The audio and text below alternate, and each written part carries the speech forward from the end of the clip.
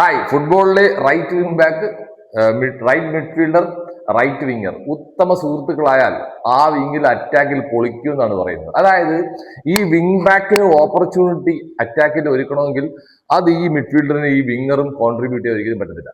കാരണം wing ബാക്കിന് ball കിട്ടിയാൽ ഈ വിങ്ങറിന് കളിക്കാം.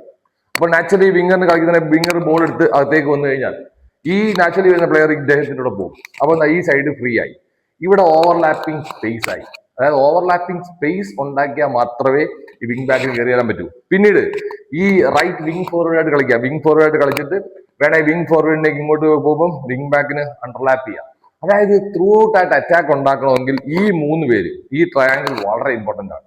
ഉത്തമ സുഹൃത്തുക്കളാണെങ്കിൽ ഉഗ്രം കളി കളിക്കും. ഞാൻ പ്രത്യേകം ശ്രദ്ധിച്ചിട്ടുണ്ട്. എന്റെ ടീമിന്റെ right wing back, right midfield, right ഫോർവേഡും നല്ല കോമ്പൈൻഡ് പ്ലേയേഴ്സ് ആണെങ്കിൽ അവർ ആ വിങ് കൂടെ പൊളിച്ച് കണ്ടിന്യൂസ് അറ്റാക്ക് ആയിരിക്കും. അതൊരു വളരെ ഇമ്പോർട്ടന്റ് ടിപ്പാണ്. ഓക്കെ, വിങ് ബാക്കിന് സ്പേസ് കൊടുക്കാൻ, ഈ സൈഡിൽ സ്പേസ് കൊടുക്കാൻ വിങ്ങറും ഫോർവേഡും വിങ്ങറും മിഡ്ഫീൽഡും റെഡി ആയി കഴിഞ്ഞാൽ എക്സലന്റ് ഫുട്ബോൾ നടക്കും എന്നുള്ളതാണ്.